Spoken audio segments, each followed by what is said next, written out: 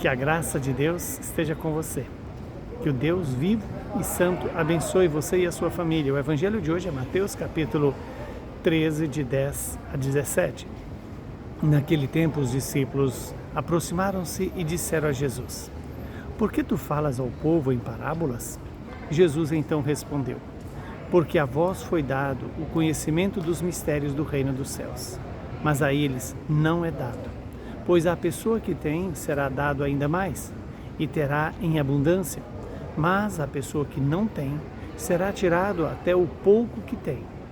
É por isso que eu lhes falo em parábolas, porque olhando eles não veem, e ouvindo eles não escutam e nem compreendem.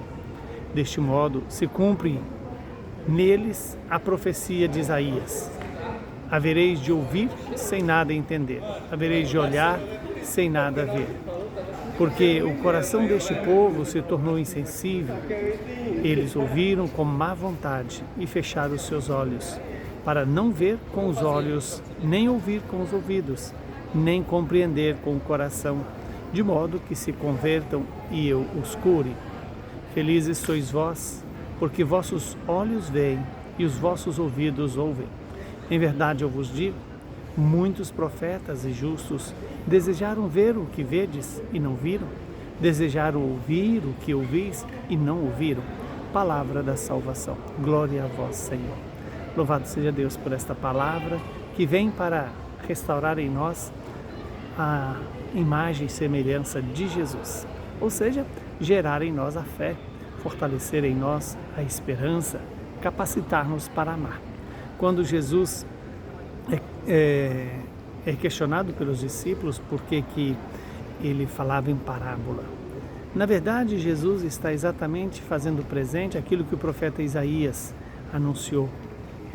Foi dado àquelas pessoas ouvir as parábolas exatamente para discernir qual era a sua vontade.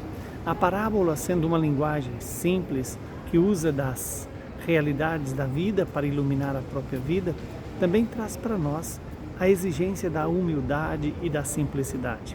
Somente o humilde e simples é capaz de compreender a parábola como uma luz que ilumina a sua história, ilumina a sua vida, ilumina o seu coração, ilumina cada dia da sua vida.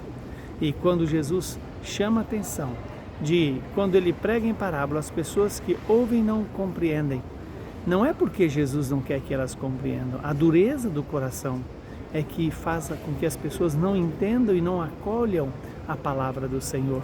Quando Jesus diz, eles ouviram com má vontade, e fecharam os seus olhos para não verem, fecharam os seus ouvidos para não escutar, e essa dureza do coração faz com que a palavra se torne incompreensível e, pior ainda, não a acolhe e não permite que essa mesma palavra possa produzir um fruto de salvação.